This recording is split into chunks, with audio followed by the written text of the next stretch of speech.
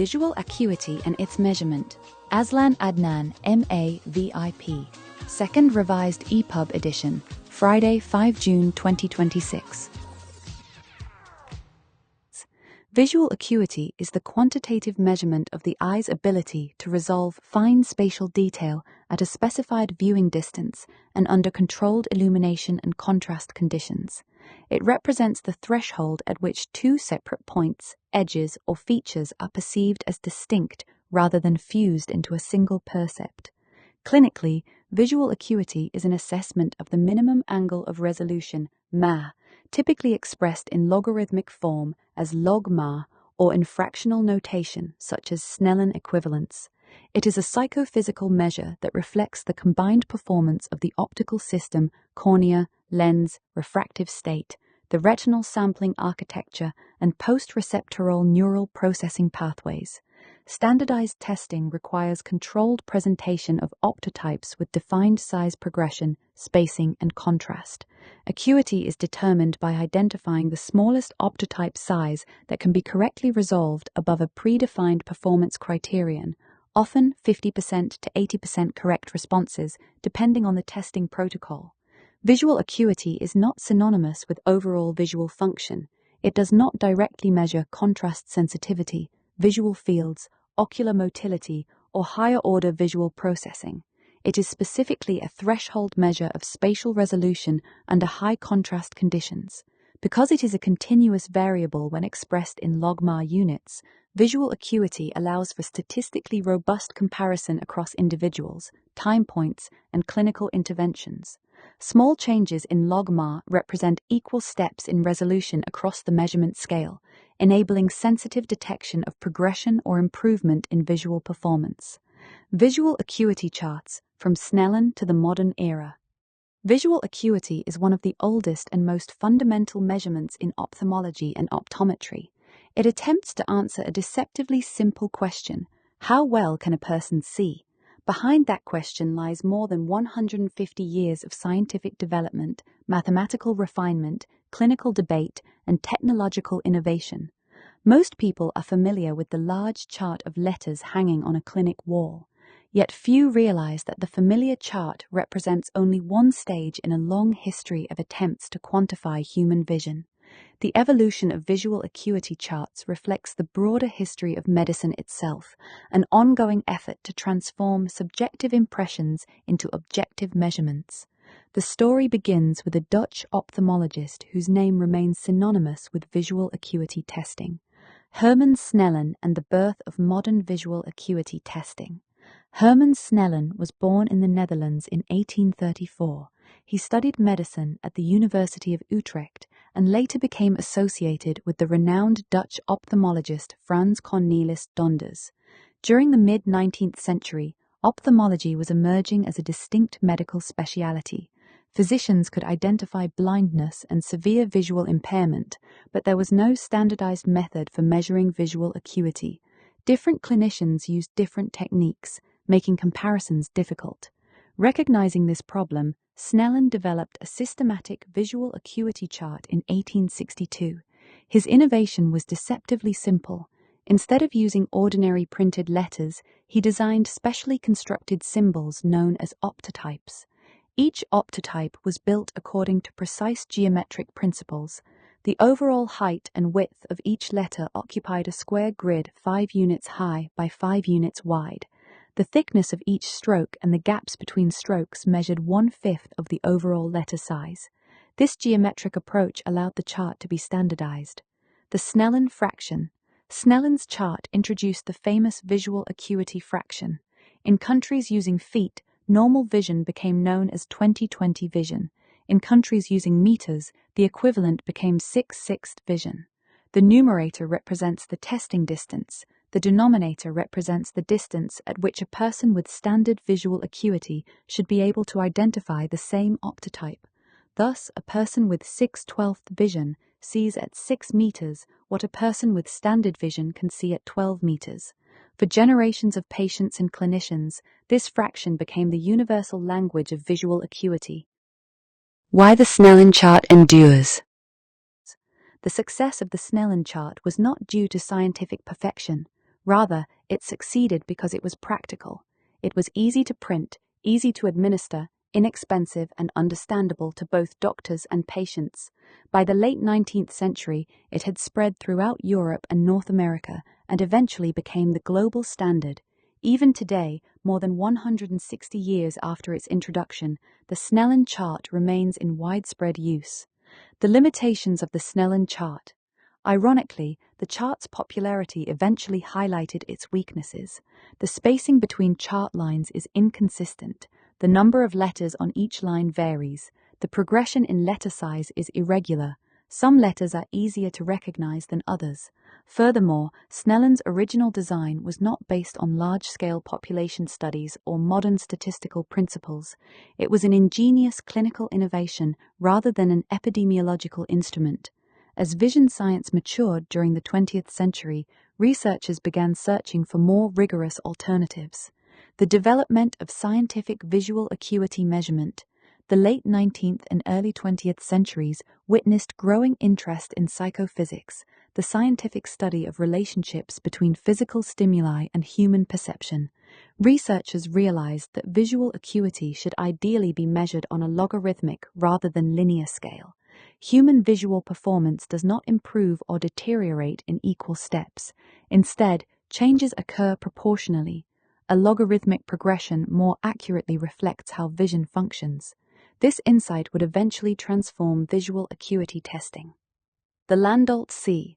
The Landolt C was introduced in 1888 by the Swiss ophthalmologist Edmund Landolt, 1846 to 1926, a professor at the University of Paris and one of the leading figures in 19th century ophthalmology. Working at a time when visual acuity was still largely assessed using culturally dependent letter charts, Landolt sought to remove literacy, language, and familiarity effects from clinical measurement and to isolate the eye's true resolving capacity. The test consists of a simple ring with a single gap, the orientation of which can be placed in different directions. The patient is not asked to identify a symbol, but merely to indicate the position of the gap. This shift from recognition to resolution was crucial. It reduced cognitive and linguistic bias and allowed performance to be attributed far more directly to the optical and neural limits of the visual system. Landolt's underlying assumption was that visual acuity is fundamentally a measure of spatial resolution, the ability of the eye and visual cortex to distinguish fine structural detail at threshold. By standardizing both the geometry of the stimulus and the task required of the observer, the Landolt C provided a far more controlled assessment of visual performance than most contemporary letter-based systems. Although the Landolt C did not introduce a new mathematical framework of measurement, its scientific value lay in its methodological rigor. It became a preferred reference optotype in experimental vision science and was later adopted by international standardization bodies, including the International Organization for Standardization, ISO, as a benchmark stimulus for visual acuity testing protocols. While modern clinical practice often relies on letter-based charts for convenience, the Landolt C remains a foundational tool in psychophysics and ophthalmic research. It continues to be regarded as one of the most methodologically pure measures of visual resolution, representing a key step in the transition from subjective recognition tests to standardized scientific measurement of vision. The logMAR revolution. The term logMAR stands for logarithm of the minimum angle of resolution.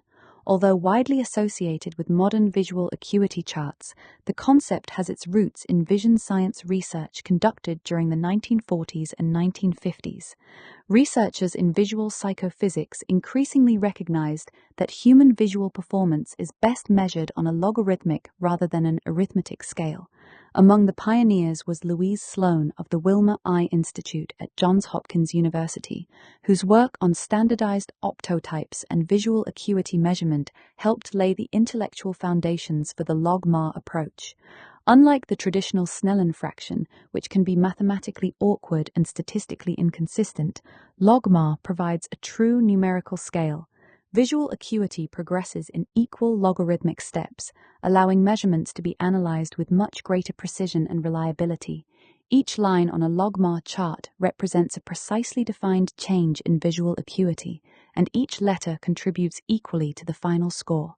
This standardization eliminates many of the inconsistencies inherent in older chart designs, where different lines often contained varying numbers of letters and unequal changes in letter size. The result is a system capable of detecting subtle changes in visual performance. An improvement of one line has the same quantitative meaning anywhere on the chart, making measurements directly comparable across patients, clinics, and research studies. This consistency proved transformative for ophthalmology and optometry. By providing a statistically valid and highly reproducible method of measuring visual acuity, the LogMAR system became the foundation for modern clinical trials, low vision assessment, and evidence-based eye care throughout the world. LogMAR chart design, principles, features, and clinical significance. The LogMAR, logarithm of the minimum angle of resolution chart, represents a significant advancement in visual acuity assessment. It was developed in 1976 by Ian Bailey and Jan E. Lovey-Kitchin at the National Vision Research Institute of Australia. The design addresses many limitations of the traditional Snellen chart by providing greater precision, reliability, and standardization. Core design principles. LogMAR charts adhere to rigorous psychophysical and standardization criteria as recommended by bodies such as the Committee on Vision of the American National Academy of Sciences and the International Council of Ophthalmology. Logarithmic progression. Letter sizes decrease geometrically in steps of 0.1 log units, approximately a 1.26 ratio between successive lines. This ensures uniform proportional changes in visual demand across the chart. Equal number of optotypes per line. Most designs, including the Bailey-Lovey and ETDRS charts, feature 5 letters per row. This standardizes the task difficulty regardless of letter size. Uniform spacing. Letter spacing within a line equals the width of one letter, typically one stroke width. Row spacing equals the height of the letters in the subsequent, smaller row. This creates consistent contour interaction and a characteristic triangular appearance. Optotype selection and legibility. Optotypes are chosen for approximately equal legibility. The Bailey-Lovey chart uses rectangular letters 5:4 height-to-width ratio based on the British Standard Transport typeface. The ETDRS chart employs square Sloan letters 5:5 ratio, which are designed to be of near equal difficulty. Scoring system. Visual acuity is scored on a letter-by-letter basis. Each correct letter typically scores 0.02 log-mar. This enables finer granularity compared to line-based scoring. Standard charts typically cover a range from 1.0 log-mar, equivalent to 660 or 20 to 600, to Menita 0.3 log-mar, 6 to 3 or 20 to 10, allowing measurement of both reduced and superior visual acuity. Key variants. Bailey-Lovey chart. The original design, often using 10 specific letters with rectangular proportions. It is highly regarded for standardization. ETDRS chart. Developed for the early treatment diabetic retinopathy study, this is the most widely used variant in clinical trials. It utilizes Sloan letters and is calibrated for a 4-meter testing distance. Multiple versions exist to minimize memorization. Other adaptations, reduced log-mar charts and language-specific versions have been constructed while preserving core principles. Advantages over Snellen charts. Log-mar designs offer several psychometric benefits. Improved repeatability and sensitivity. Measurements are approximately twice as repeatable as Snellen and more sensitive to small changes in vision. Standardized task difficulty. Equal letters per line and logarithmic scaling eliminate biases inherent in Snellen charts, where lines have varying numbers of letters and irregular size progression. Flexibility. Charts perform well at non-standard distances due to consistent ratios. Research suitability. They facilitate precise statistical analysis and are the gold standard in clinical trials and epidemiological studies. 1.6 Limitations and considerations. While superior in accuracy, log-mar charts may require more time to administer than Snellen charts and are less universally available in basic clinical settings. Some patients may find the denser lower lines challenging. Modern digital implementations address these issues through randomization of optotypes, automated scoring, and adaptive testing. In summary, the logMAR chart exemplifies evidence-based refinement in visual science. Its structured, logarithmic design provides a more reliable and scientifically robust method for quantifying visual acuity, supporting both clinical practice and advanced research. Continued evolution, including digital and multilingual adaptations, further enhances its utility. The Bailey-Lovie chart. A major breakthrough occurred in 1976 when Australian vision scientists Ian L. Bailey, then a senior research fellow at the National Vision Research Institute in Melbourne and a graduate of the University of Melbourne, and Jan E. Lovie-Kitchin, a female optometrist and postgraduate researcher at the University of Melbourne working under Bailey's supervision, developed what became known as the Bailey-Lovie chart. The Bailey-Lovie chart is fundamentally based on log-MAR principles. However, there is an important historical distinction. Ian Bailey and Jan Lovie-Kitchin did not invent the concept of log-MAR itself. Rather, they were the first to create a practical clinical chart that fully implemented log-MAR design principles in a systematic way. Their innovative log-MAR design transformed visual acuity testing by standardizing letter size progression and scoring, and it subsequently became the international gold standard for low vision assessment and clinical research. Both researchers went on to distinguished academic careers. Bailey joined the faculty of the University of California, Berkeley School of Optometry in 1976 and became one of the world's leading authorities on low vision and visual acuity measurement. As recently as 2023, he was honored by Berkeley for his mentorship and professional contributions, indicating that he remains active in the profession. Born in December 1940, he is now 85 years old. Lovie-Kitchin later became Professor of Optometry at the Queensland University of Technology, founded its Vision Rehabilitation Centre, and emerged as one of Australia's foremost low-vision researchers. She retired from her full-time academic post in 2006, but continued to serve as an adjunct professor and in research and ethics leadership roles.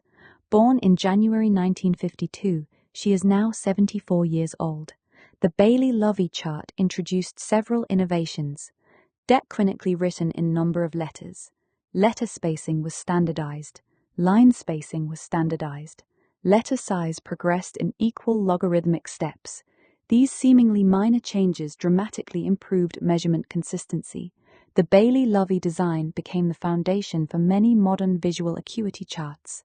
The ETDRS chart. The most influential log-MAR chart emerged from a landmark clinical research project known as the Early Treatment Diabetic Retinopathy Study, ETDRS. Researchers needed a highly reliable method for measuring visual acuity across multiple clinical centers. The result was the ETDRS chart. Based on Bailey-Lovie principles, the ETDRS chart became the gold standard for ophthalmic research. Its features include 5 letters per line, equal logarithmic progression, standardized spacing, Stern-Test-Shorted and highly reproducible scoring, drive, excellent statistical properties. Today, most major clinical trials involving eye disease rely on ETDRS visual acuity measurements. When researchers report that a treatment improved vision by 10 or 15 letters, they are usually referring to ETDRS letter scores. ETDRS chart methodology, design, procedure, and clinical application. The ETDRS, Early Treatment Diabetic Retinopathy Study, chart is a standardized visual acuity testing instrument developed for the ETDRS clinical trial in the 1980s. It represents a refined implementation of the Bailey-Lovie log-MAR principles and has become the gold standard for visual acuity assessment in clinical research, particularly in ophthalmology trials involving diabetic retinopathy and other retinal conditions. Design features. The ETDRS chart incorporates rigorous psychophysical standards to ensure precision and reproducibility. Optotype and layout.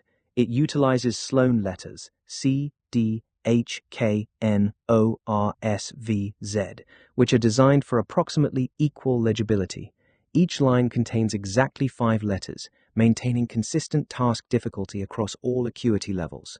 Logarithmic scaling. letter sizes progress in 0.1 logmar steps, a geometric ratio of approximately 1.26 between lines. This provides uniform changes in visual demand. Spacing. Letters within a line are spaced at a distance equal to the letter width. Row spacing equals the height of the letters on the subsequent smaller row, minimizing contour interactions and ensuring standardization. Range and calibration. Standard charts test from approximately 1.0 logmar 2200 to minus 0.3 logmar 2010 at 4 meters. For low vision patients, the chart can be moved to 1 meter, extending the measurable range. Multiple versions. 3 primary charts, typically labeled R, 1, and 2, with different letter sequences prevent memorization during repeated testing. The design eliminates many inconsistencies of the Snellen chart, such as varying numbers of letters per line and irregular size progression. Testing procedure. Standardized methodology is critical for reliable results. Testing distance. Testing begins at 4 meters for all patients, regardless of acuity level. Refraction. Best corrected visual acuity is determined using trial lenses or an auto-refractor, often with a separate refraction chart. Administration. The patient reads each letter sequentially, starting from the top row and proceeding downward. Guessing is encouraged when identification becomes difficult. Testing continues until the patient misses an entire line or reaches the stopping criteria defined in the ETDRS protocol. Lighting. Illumination must be controlled. Typically 85 to 300 candelas per square meter at the chart surface. To ensure consistency. Scoring. Each correctly identified letter receives credit of 0.02 logmar units. The total number of correct letters is converted to a logmar score. For example, a score may be expressed as 0.32 logmar or as the total letter count. This letter-by-letter scoring enhances sensitivity compared to line-based methods. For patients unable to read the top line at 4 meters, the chart is repositioned to 1 meter, with appropriate adjustment to the logmar score. Advantages and clinical relevance. The ETDRS methodology offers superior repeatability, sensitivity to small visual changes, and standardization, making it ideal for longitudinal studies and regulatory trials. It is approximately twice as repeatable as Snellen testing and facilitates precise statistical analysis. Limitations. While highly accurate, the procedure can be more time-consuming than traditional Snellen testing. It requires trained examiners and controlled environments, which may limit its use in routine clinical settings outside research. In summary, the ETDRS chart methodology exemplifies evidence-based standardization in visual science. Its structured approach, combined with logmar principles, ensures reliable quantification of visual acuity, supporting both clinical decision-making and high-quality research outcomes. Digital adaptations continue to enhance its efficiency while preserving core methodological strengths. The tumbling E-chart. Not all patients can read alphabetic letters. To address this challenge, the tumbling E-chart was developed. Instead of recognizing letters, patients indicate the direction in which the letter E points. The symbol may face up, down, left, or right. This makes the chart useful for individuals who cannot read or who are unfamiliar with the Roman alphabet. It remains widely used in community screening programs around the world. The Landolt C. The Landolt C is regarded by many vision scientists as one of the purest measures of visual acuity. Developed by Edmund Landolt, it consists of a ring with a gap. The patient identifies the position of the gap. Because all symbols share the same basic shape, recognition bias is minimized. The Landolt C became an international reference standard and has been endorsed by organizations involved in visual measurement standardization. The Lear symbols. Testing young children presents unique challenges. Many children cannot reliably identify letters. To address this issue, Finnish ophthalmologist Lear Haivarinen developed the Lear symbols chart. The chart uses simple, recognizable shapes such as an apple, a square, a circle, and a house. Children can identify the symbols verbally or by matching them to handheld cards. The Lear system has become one of the most widely used pediatric visual acuity tests in the world. The HOTV chart. Another important pediatric chart is the HOTV chart. Only 4 letters are used, H, O, T, and V. Children identify the letters verbally or through matching techniques. Because the letter set is limited and easily learned, reliable testing can be performed at younger ages. The teller acuity cards. Visual acuity testing becomes even more challenging in infants. Babies cannot identify letters or symbols. To solve this problem, psychologist Davida Teller developed the teller acuity cards.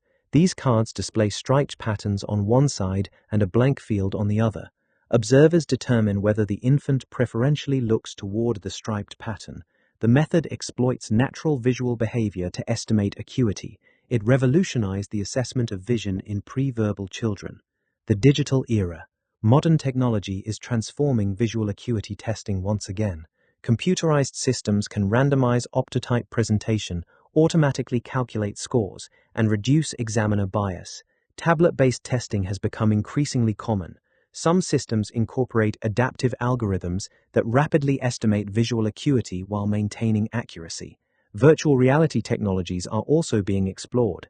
Researchers are developing immersive testing environments capable of evaluating vision under more realistic conditions than traditional wall charts.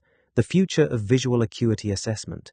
Despite remarkable advances, visual acuity remains only one dimension of visual function. A person may have excellent visual acuity, yet experience significant difficulties due to reduced contrast sensitivity, visual field loss, glare sensitivity, impaired dark adaptation, or problems with motion perception. Consequently, many experts believe future vision assessment will become increasingly multidimensional. Artificial intelligence, digital imaging, and advanced psychophysical testing may eventually supplement or even replace traditional charts. Nevertheless, the fundamental challenge remains unchanged from Snellen's era, finding a reliable method to quantify one of humanity's most important senses. Conclusion. From Hermann Snellen's pioneering chart of 1862 to sophisticated logMAR-based systems used in modern clinical trials, the history of visual acuity charts illustrates the continual refinement of medical measurement. The Snellen chart remains iconic because of its simplicity and practicality, yet scientific advances have revealed important limitations, leading to the development of Bailey-Lovie, logMAR, ETDRS, Landolt-C, Lear symbols, HOTV, teller acuity cards, and numerous other specialized tools. Each innovation emerged in response to a specific problem. Together they demonstrate a central principle of science. Measurements evolve as knowledge advances. What began as a chart of carefully designed letters on a wall has become a sophisticated field of visual science, linking clinical practice, epidemiology, psychophysics, pediatrics, and modern research. The evolution continues, driven by the same objective that motivated Hermann Snellen more than a century and a half ago, the pursuit of a more accurate understanding of human vision. The tumbling E-chart. Not all patients can read alphabetic letters. To address this challenge, the tumbling E-chart was developed. Instead of recognizing letters, patients indicate the direction in which the letter E points. The symbol may face up, down, left, or right. This makes the chart useful for individuals who cannot read or who are unfamiliar with the Roman alphabet. It remains widely used in community screening programs around the world. The Landolt-C. The Landolt-C is regarded by many vision scientists as one of the purest measures of visual acuity. Developed by Edmund Landolt, it consists of a ring with a gap. The patient identifies the position of the gap. Because all symbols share the same basic shape, recognition bias is minimized. The Landolt-C became an international reference standard and has been endorsed by organizations involved in visual measurement standardization. The Lear symbols. Testing young children presents unique challenges. Many children cannot reliably identify letters. To address this issue, Finnish ophthalmologist Lear Häivärinен developed the Lear symbols chart. The chart uses simple, recognizable shapes such as an apple, a square, a circle, and a house. Children can identify the symbols verbally or by matching them to handheld cards. The Lear system has become one of the most widely used pediatric visual acuity tests in the world. The HOTV chart. Another important pediatric chart is the HOTV chart. Only 4 letters are used, H, O, T, and V. Children identify the letters verbally or through matching techniques. Because the letter set is limited and easily learned, reliable testing can be performed at younger ages. The teller acuity cards. Visual acuity testing becomes even more challenging in infants. Babies cannot identify letters or symbols. To solve this problem, psychologist Davida Teller developed the Teller Acuity cards. These cards display striped patterns on one side and a blank field on the other. Observers determine whether the infant preferentially looks toward the striped pattern. The method exploits natural visual behavior to estimate acuity. It revolutionized the assessment of vision in pre-verbal children. The digital era. Modern technology is transforming visual acuity testing once again. Computerized systems can randomize optotype presentation, automatically calculate scores, and reduce examiner bias. Tablet-based testing has become increasingly common. Some systems incorporate adaptive algorithms that rapidly estimate visual acuity while maintaining accuracy.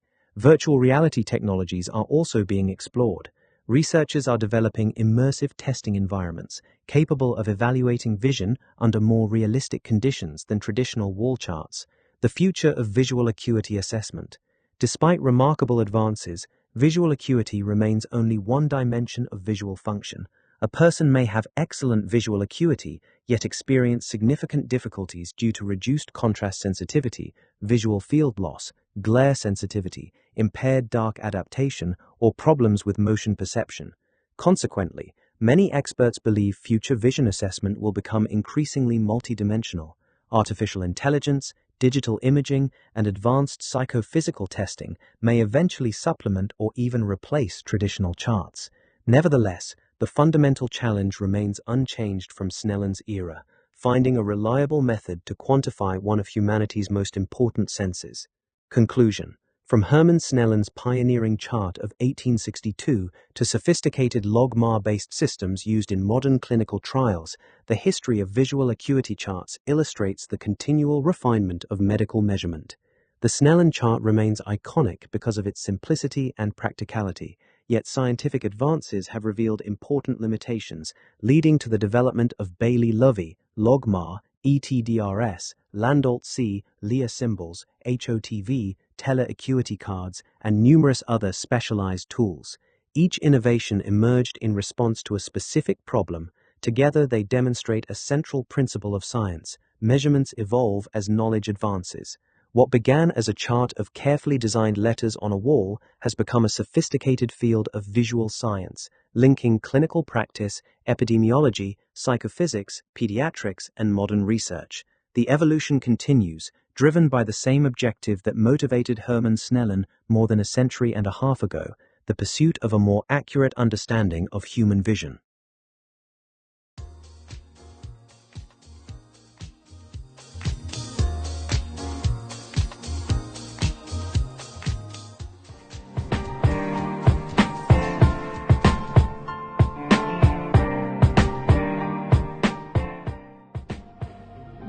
Vegivore Food Therapy proudly presents Ask Me Anything on nutrition.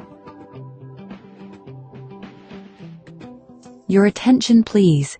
Vegivore Food Therapy proudly organizes a unique, transformative event on Saturday, 5 September 2026, starting at 12:30 hours at the Hungry Tapir, 135 Jalan Petaling Street, 50000, Kuala Lumpur. For a minimum donation of 100 ringgit, attendees will secure a seat at this rare opportunity. AZLAN ADNAN, MA, polymath and autodidact, will guide the session. A writer and researcher in nutrition science, AZLAN has authored dozens of books on plant-based bioactives, antioxidants, and the chemistry of whole foods. In this session, he will lead a dynamic Ask Me Anything on Nutrition session. All 30 of his nutrition books are in the public domain and are downloadable at the link below.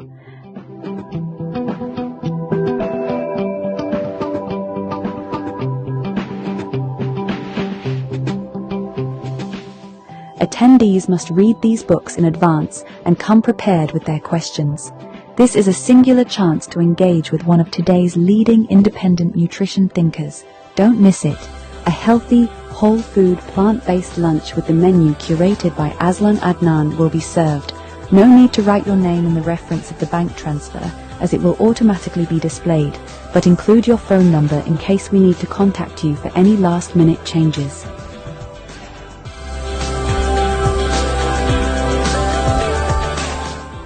We will also celebrate AZLAN's 68th birthday.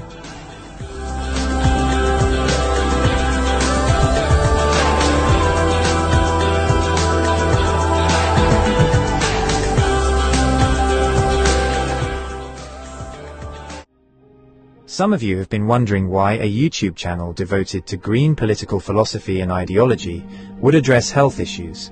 The stark facts are these. Data from the National Health and Morbidity Survey in Malaysia 2023 shows that 54.4% of adults are either overweight or obese, with 32.6% classified as overweight and 21.8% as obese. Abdominal obesity, per Roy, was also reported at 54.5%.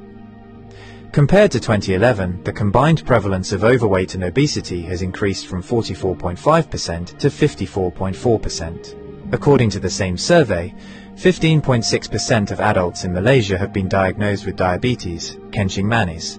Additionally, about 21.4% of Malaysian adults aged 30 and above have a high 10-year calculated risk of developing cardiovascular disease, CVD, sakit jantung.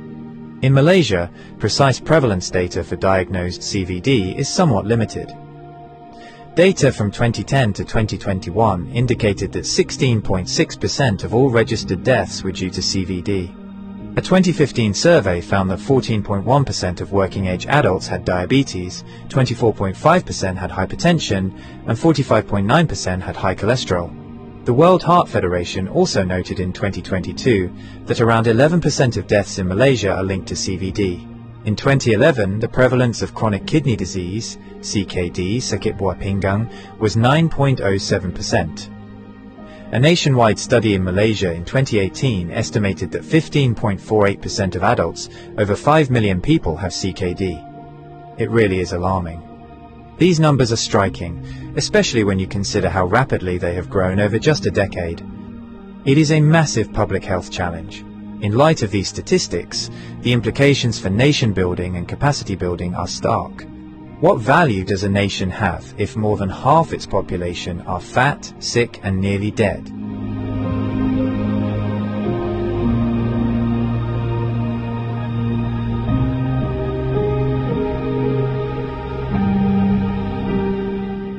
It is for this reason that I've written more than 30 books on health and nutrition and put them all in the public domain. Why nutrition? Because nutrition is the single biggest factor and lowest hanging fruit we can address to improve our health. 80% of our health is influenced by nutrition, which is our biggest exposure to the environment. The others are genetics, at 5%. But even with genetics, the emerging science of epigenetics shows how we can switch off bad genes and switch on good ones with nutrition. The remaining 15% relate to other lifestyle factors, including sleep, meditation, relationships, air quality, and so forth.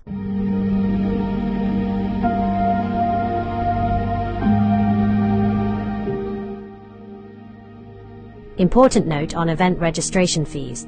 Super Early Bird. Donation received by the 30th of June 2026. Minimum donation of 100 ringgits. Early Bird. Donation received between the 1st and the 31st of July 2026. Minimum donation of 150 ringgits. Normal registration. Donation received between the 1st and the 31st of August 2026. Minimum donation of 200 ringgits. Late registration. Donation received between 1st to 5th September 2026. Minimum donation of 500 ringgits. All proceeds after deducting third-party costs will go towards AZLAN ADNAN's various ongoing eye treatments to hopefully reverse or at least arrest his macular degeneration, cataracts, photophobia, mydriasis, dry eyes, and etc. This is mission critical as, if his vision fails, he'll no longer be able to produce, edit, or upload videos. Your voluntary contributions and donations are a critical success factor. As such, your generosity, empathy, compassion, and kindness are well and truly appreciated. We thank you in advance for your invaluable help and assistance in making this event a resounding success.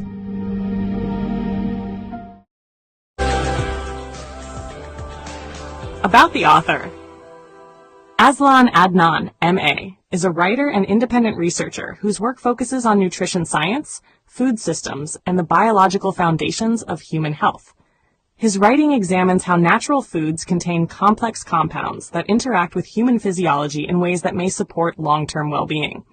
He has a particular interest in plant-based bioactive compounds such as polyphenols, carotenoids, flavonoids, and other phytochemicals found in fruits, vegetables, herbs, spices, algae, and fungi. His research explores how these compounds function in plants and how they may influence human nutrition when consumed as part of a balanced diet. AZLAN approaches nutrition from a multidisciplinary perspective, drawing on biochemistry, plant biology, and public health nutrition. His work aims to translate complex scientific concepts into clear explanations so that readers can better understand the nutritional value of everyday foods. He is the author of several books examining natural sources of antioxidants and other dietary compounds. Author of the Antioxidant series, Antioxidants in Herbs and Spices, Antioxidants in Algae, Microalgae, and Fungi, Antioxidants in Fruits and Vegetables, Antioxidants in Nuts and Seeds, Antioxidants in Berries.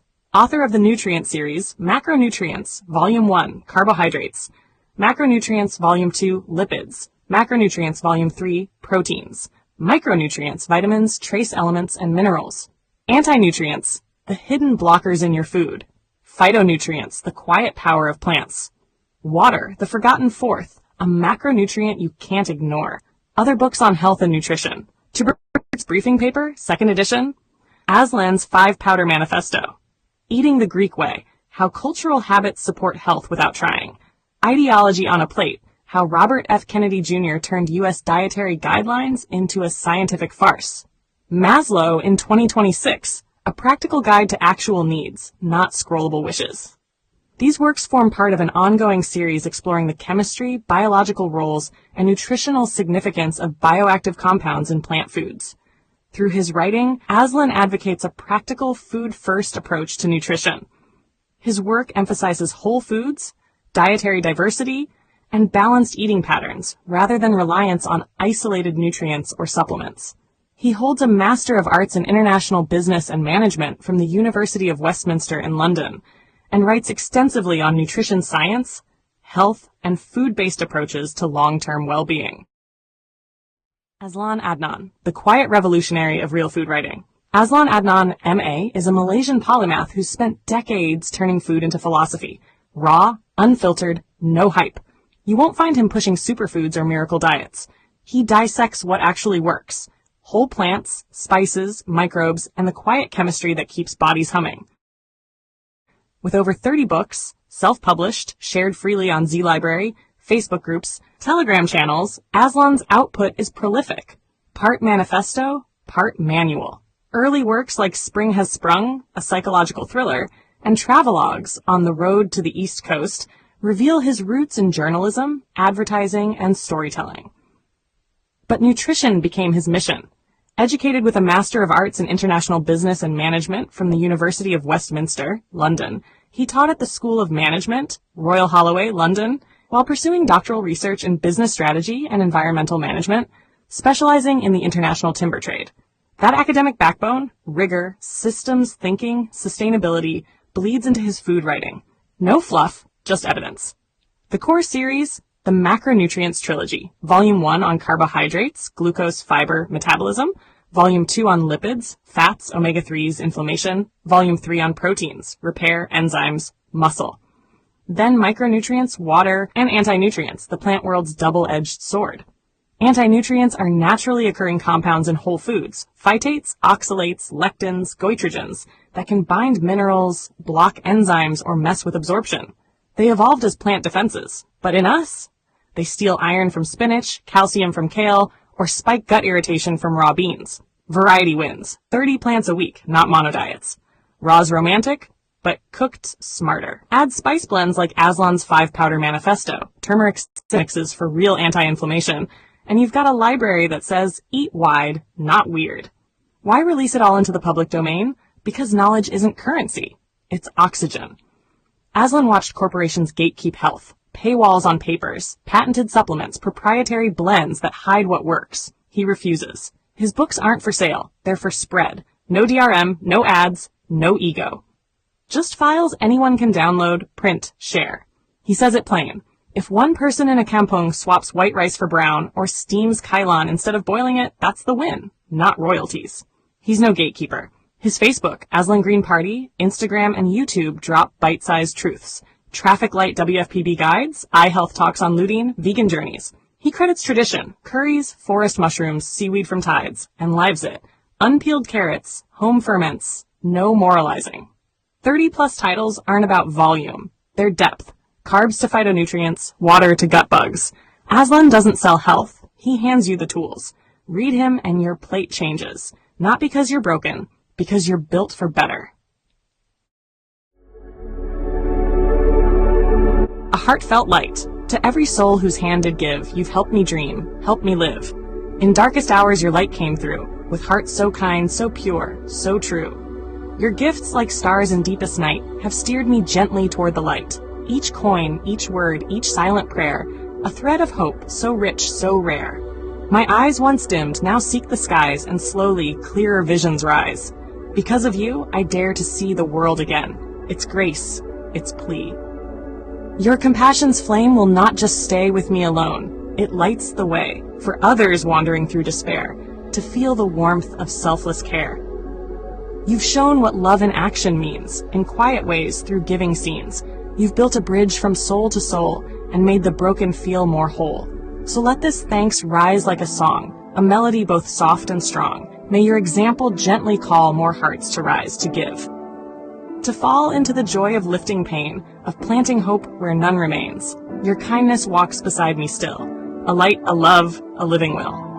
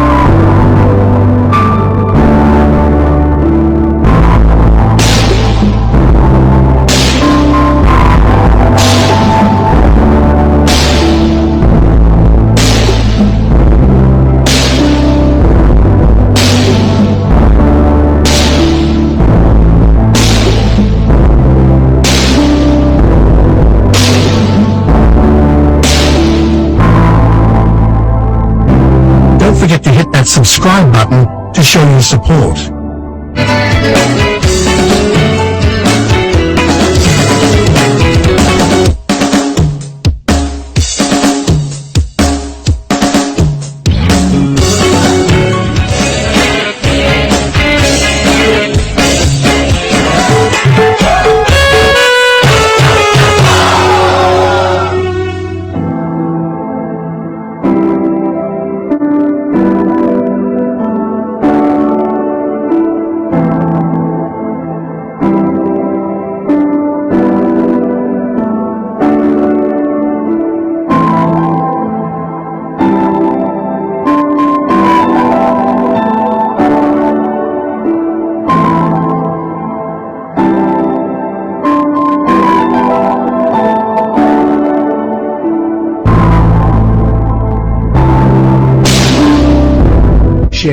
thoughts in the comments below.